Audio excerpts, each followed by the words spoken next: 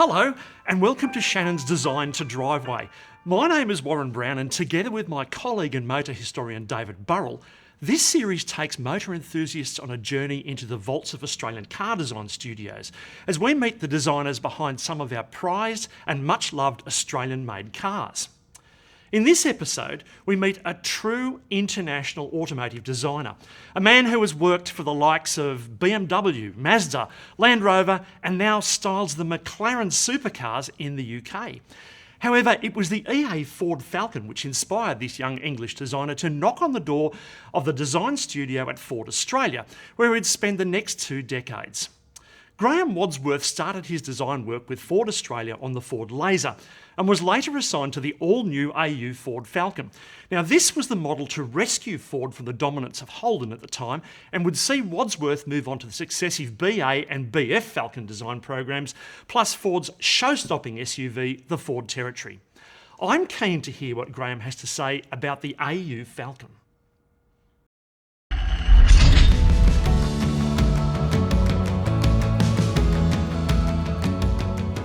I used to sketch like every other kid on the back of their school books and on front of their school books and on bits of notepad. So I always did have a dream of becoming a car designer. But when I got to about 18, 19, I kind of thought that that dream would never be fulfilled. And so I gave that dream up, thinking that I'd never become a car designer. And I got a job working in advertising in Coventry. And ironically, the advertising client was British Leyland. So I was doing work, brochure work, illustration work for Jaguar, Land Rover, Austin Allegro, TR7. So the car industry was already in my blood, so I was already associated with automotive design and styling and graphic design. And after a while, I applied for a position with BMW, and they hired me, I think, in 1981 as a graphic designer and illustrator, doing brochure work, doing technical journals, illustration work. And I was there for a few years, and we hired a designer called Steve Harper, who's now a good friend. And he took me under his wing, and my boss at the time came to me and said, "You're good at drawing and colouring in, aren't you? I'd like to move into the design office." So I said, "Yeah, sure." So I started doing some work on trucks with Steve, a few graphics for motorcycles, doing a few sketch proposals for fairings for the K100 motorcycle.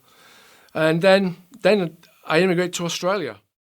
I met an Australian girl, I emigrated. I took my very thin portfolio with me, and I bumped into a clay modeller in a pub in Country Victoria who said that Herb Grass had resigned from Ford and they were looking for a replacement. And so I said, "Who do I need to talk to?" He said, "Well, talk to a guy called Brian Rossi." And I started the March 1988. We mentioned about me drawing little thumbnail sketches over the top of a De Tomaso Pantera and evolving sketches, and then I'd gone full circle, and now I found myself in a design studio designing cars. But it certainly was a learning curve. I'd gone from 2-dimensional graphics into 3-dimensional product design. But I managed to overcome those sort of differences and difficulties, and worked on the CT20 laser. Brian Rossi tapped me on the shoulder and said, "How would you like to go to Hiroshima for a couple of years and design a new laser over there?" When I came to Australia, I had the TX3. So it had the twin lights in the front. It had that noise, that raucous noise. It was such a great car. It was a privilege to design the next one. I was tasked with the Lynx, the 3-door Lynx. Obviously, we were working with Mazda. They were in the studio next door. And so we were sort of lunching off each other. And so we decided to do something completely different to what Mazda were doing. Mazda were doing the usual linear graphics, very Mazda-esque. So we wanted to do something different. So we looked upon the Renault Alpine and the Alpine rally car with the twin round lamps, and we looked at that as maybe a guiding influence. And so hopefully you can see that within the design aesthetic. I think the DNA of the 3-door is sport. So I mean, you could take inspiration from any sport vehicle and transfer it onto a product like a laser. I don't think it's a hard thing to do. When we started the sketch proposals, and We started putting together the clay models. They started being very generic, very organic, very familiar graphics. Headlamps and tail lamp shapes are very normal. So we went to Sydney and went to Melbourne, and we invited the typical purchasing demographic to tell us what they wanted in a car, because everybody kept saying, we want something new, we want something fresh. We then set up workshops in Sydney and in Melbourne, and we invited some of the country's top architects and product designers to give us their feedback on where their industries were going. And they told us the same thing. They said, the cars all look the same. We need something new. We looked at the influences within our own corporation. We had the Taurus, the GT90, Cougar. We had the soft organic shapes of the Taurus, but then we had the hard edge shapes of the Cougar and the GT90. And we thought, well, we're in an awkward situation here. If we go down that route, we're very, very boring. If we go down this route, we could be a little bit too progressive. So what we need to do is maybe it's a blend of the two. And that became the DNA of the AU. The AU was more research than any other product that we encountered. We in our initial research, we took probably 2 of our own exteriors models, full size. We had 2 clays from the US, and we imported an Opel Omega, which is what we thought the competition was doing a variation of. And the research came back, especially from our female purchasers, that the car was too big. We believed, and we still believe to this day, we were on the right track. We couldn't make it too gender specific. It couldn't be too small. It couldn't be too large. So we had to make it somewhere in between the two. So it's actually, the overall length was the same as the previous Falcon. The overall height was the same. But we tried to make it just a little bit tighter and a little bit leaner. Brought some sensitivity into the surfacing. The CLS was released 7 years after the AU, so we certainly didn't get influence off the CLS. But I've been since told that the CLS designer was an Australian. So there's a little bit of association there, I think. As a designer, one of the first things one of the key attributes is you have to be very thick-skinned.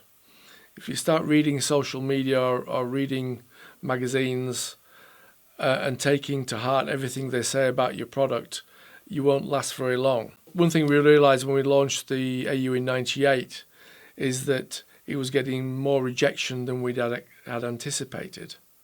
And so we started straight away looking at BA. We started BA before we launched AU, because the market research feedback pre-launch or market confirmation had gone from being very strong to being very weak. And that was because I believe that the market had been recalibrated by the products that had been launched into the Australian marketplace. There were more vehicles coming in with much more sophisticated European influences. And so we realised in 98, 97 we had potentially a problem on our hands. So we got straight into the BA.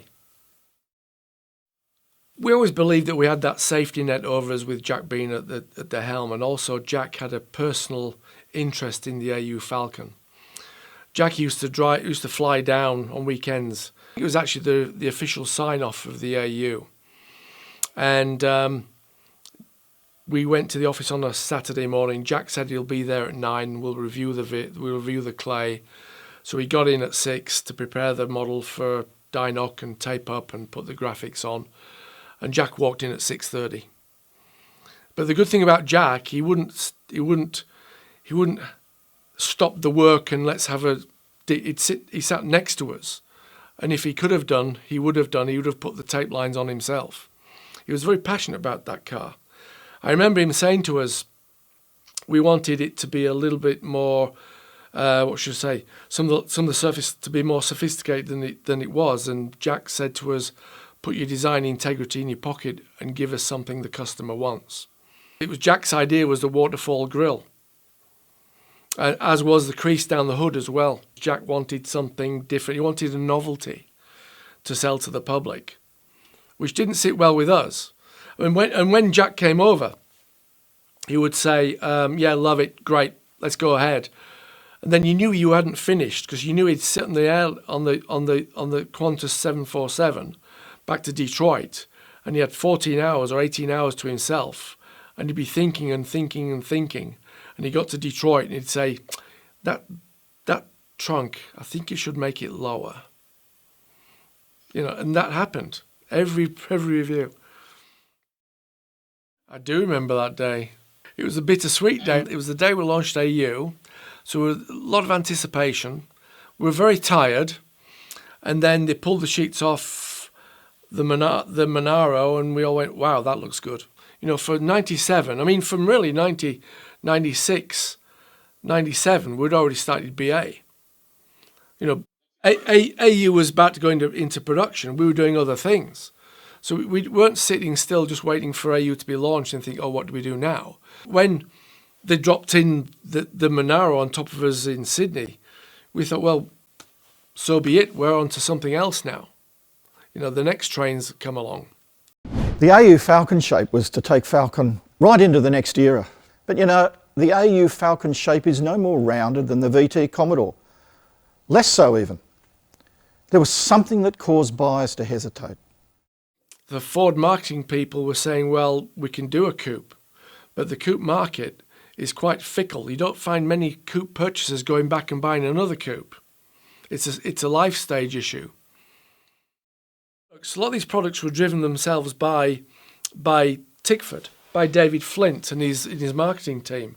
And then when it got to FPV, it was Mark Baer. They were the driving forces behind where their brand had to be. And particularly later on, we just got a brief. This is what we want. For example, the Cobra or the GT40th. This is what we want. This is the customer. It was wheels, stripes, interior components, colour and materials, ride height, stance. Pretty easy. And Mark would come in and say, "We're doing a Cobra version, or we're doing a GT40th." From a design perspective, it was just picking all the best attributes and putting together into a terrific package. So the Cobra, for example, we looked at the heritage paint scheme with the blue stripes on the white base, but then a little bit of a blue pinstripe between the blue and the navy blue and the white, and then the machined alloys with the white subface. Really easy package, but it was just hit the sweet spot with the customer. And now, obviously, very collectible. One of the defining aspects of the XR, especially the 8, is the power bulge on the hood. The whole V8 supercar series, and especially the drivers, the signing of Lowndes and Ambrose, Howard Marsden's influence upon us as well. It was all. We tried to get some of that influence back into the performance aspects of the cars with our FPV products. Body kits, wings, front spoilers. You get the front air duct looks like it's about to suck you in.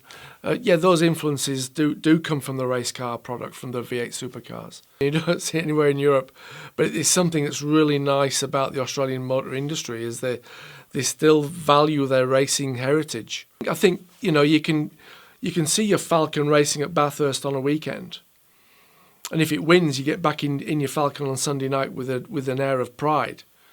You don't get that here. You can dress your car up, you can put the wings and the spoiler, and you buy the FPV GT, and it looks like the car that just won Bathurst. It drives like it too. It was funny, when I came over here in 2014, I was almost hero worshipped because I had a V8 back in Melbourne.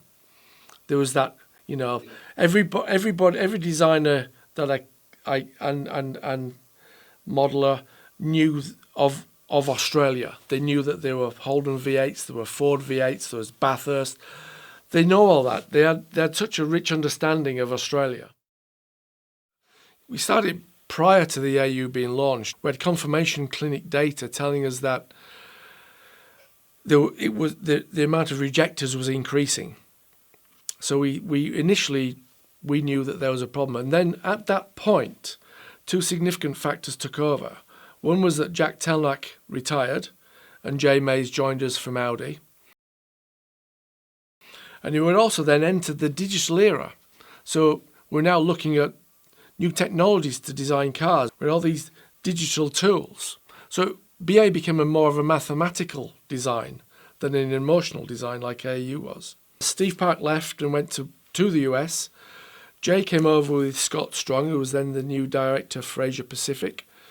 And Scott brought his European automotive experience. We brought an Audi into the studio and we looked at what was right about the Audi, the surface language, the stance, the overhangs. And then we looked at where we were with the AU and where we could evolve it into a better, more appealing product. So the initial thing that we identified was the headlamps were too low. We had too much plan view. The roof was too high and too round. We made the product more European and more sophisticated. We brought the plan view out 40mm per side. We raised the hood, also 40mm. The trunk went up 20mm at the rear. We flattened the roof. But the doors, as you know, are carryover and the body size primarily carryover. But we lengthened the wheelbase to reduce the rear overhang. So with all that little cocktail of differences, we came up with a new product, which was the BA. It was about getting the product back into that circle of acceptability. One of the things we did on BA is we widened the track, and we worked on the aspect ratio between the fender and the wheel much more diligently than we had done any other product. So it did have the right stance. When we talk about the demise of the luxury vehicle, maybe that was attributed to the reduction of tariffs and taxes into Australia, that those people that could buy an LTD or a Fairlane could now afford a BMW or an Audi or a top-of-the-range Mercedes. And if you go back to BA, there is not a concept sketch in existence. We didn't do it. We went straight to clay model. So nobody sketched a BA. Went straight from AU into a clay model of BA, and we never did a drawing. And we just, it was such hard work. We were typical designers. We were burning the midnight oil. We were working till midnight or 2 a.m. to get it right. We analysed every section, every interface, every quality issue. It was really hard work. Whereas the AU was a lot of fun. In David Ford's episode, he talks about the Falcon DNA of a rugged, squared, versatile design. Perhaps the AU shape ran too far ahead of its core proposition, the essence of which had made Falcon so successful. The product development team had seen a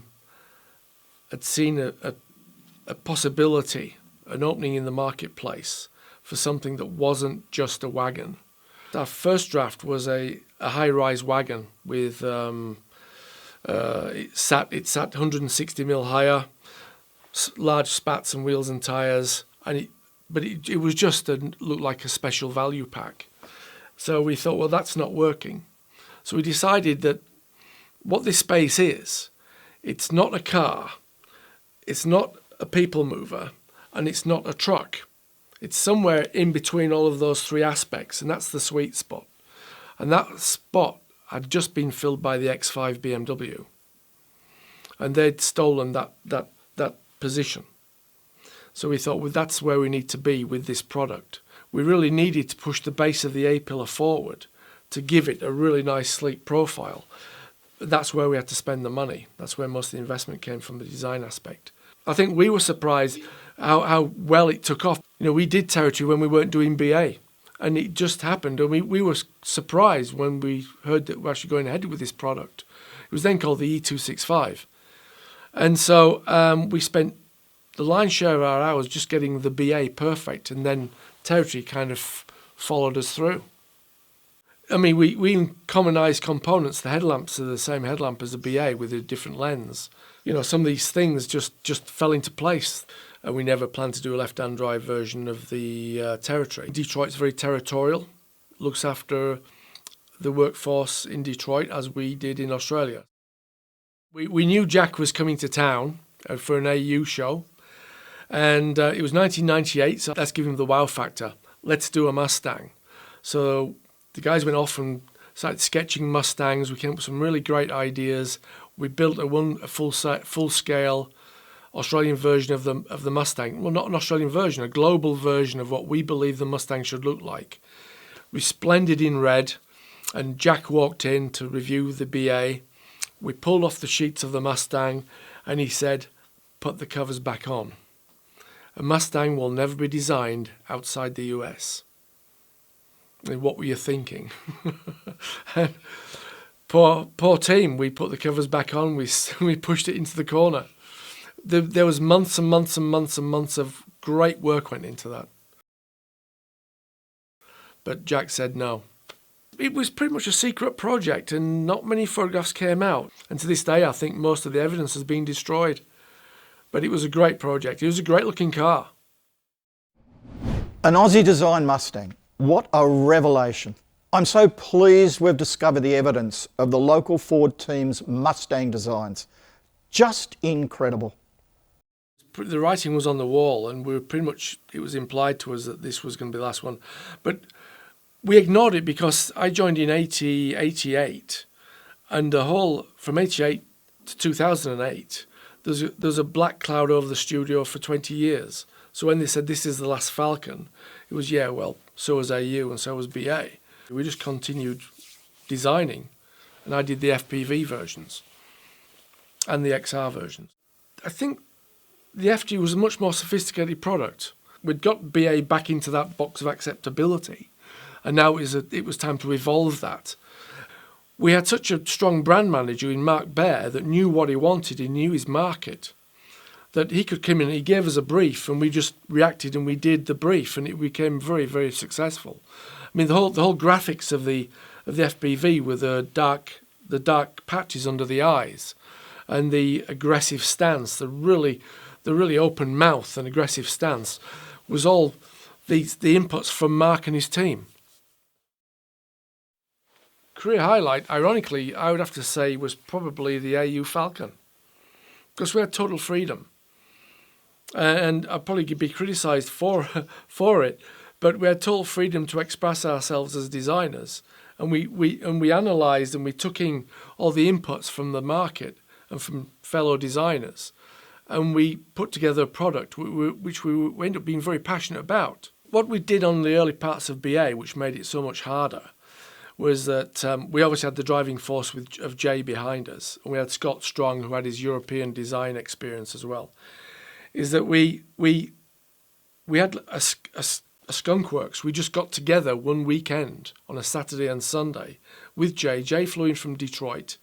We got the AU clay, and I think we got 2 of them, and we developed 2 clay models, both with Jay, with Scott, with other designers, members of the design team, and we spent the whole weekend just blocking in. We shifted clay, we shifted proportions, we dropped the roof, we lengthened the wheelbase, we pulled out the plan view, pulled up the headlamps, the tail lamps, and we got it all working that weekend. So there's no need for a drawing, we'd done it. We did a drawing when it came to the variants such as the XR or the FPV versions, then yes, or the Tickford versions. We did involve a few graphical illustrations then, especially on the GT, because the GT we launched at the BA. But there's no design sketch per se that exists for BA. I could say clearly the AU was a great program. We had so much freedom. It was so satisfying to, the design process. But then counter that, the BA was such hard work and not a nice process because we had to get it right. There was no second chance. Jack had told us you don't get 2 chances in the car industry. If you make one mistake, you don't get a chance to make a second.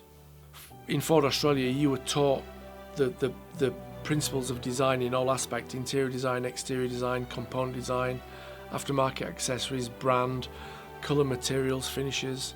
It's a grounding of all design disciplines. And still you do meet Australians out in the global workforce doing great things. Whereas, as we've gone through over the years, used more modern technologies, we've become much more flexible as designers. think I do have a passion for sports cars, as growing up as a young boy sketching a De Tomaso Pantera would. Bolwells have always had a sweet place for me. I've always had blue blood running through my veins, so I've not been a fan of other products. When I came to Australia in the 80s, when I saw the AE Falcon, that was one of the driving forces that made me want to join the company. And it just been launched. And I thought, if there's a global car, that's a global car. And in fact, I thought it was the best looking Ford in the world at that time. Brian Rossi obviously was an influential designer in my career, purely the fact that he hired me, and then he had such a detailed eye, Brian. He was such a perfectionist. He dressed elegantly, everything he did was elegance. And he brought that into the products that we designed for him. He was very influential on my career, but so was Steve Park. Steve was chief designer in Australia up until I think 2002, I think. Fantastic designer. He's one of these guys. His sketching ability and his design perception, I've never seen it matched by anybody.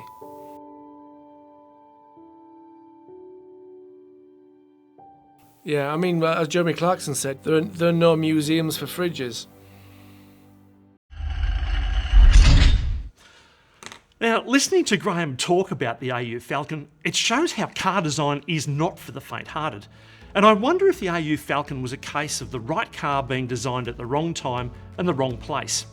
As we heard, the BA and BF Falcon's design got Ford Australia back on the winners list, including the racetrack. This also extended to Graham working to reunite Ford with their motorsport heritage through the BA and BF designs. For me, the BA BF Falcons were the design salvation that Ford needed, and I think you can see why we wanted to feature Graham Wadsworth on Shannon's Design to Driveway. And then there is the Aussie Mustang. Just imagine a local Ford rival to the Monaro. Thanks for watching Shannon's Design to Driveway as we celebrate Ford Australia designer Graham Wadsworth.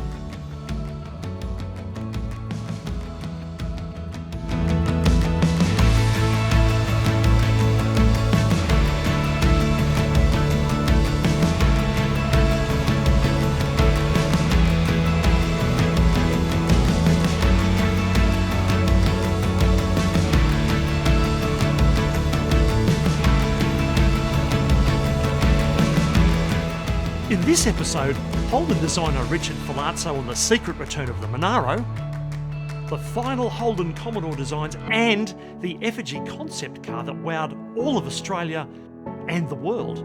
Join Warren Brown and David Burrell in the new must-watch series Shannon's Design to Driveway. Watch now on the Shannon's Club. Shannon's Design to Driveway.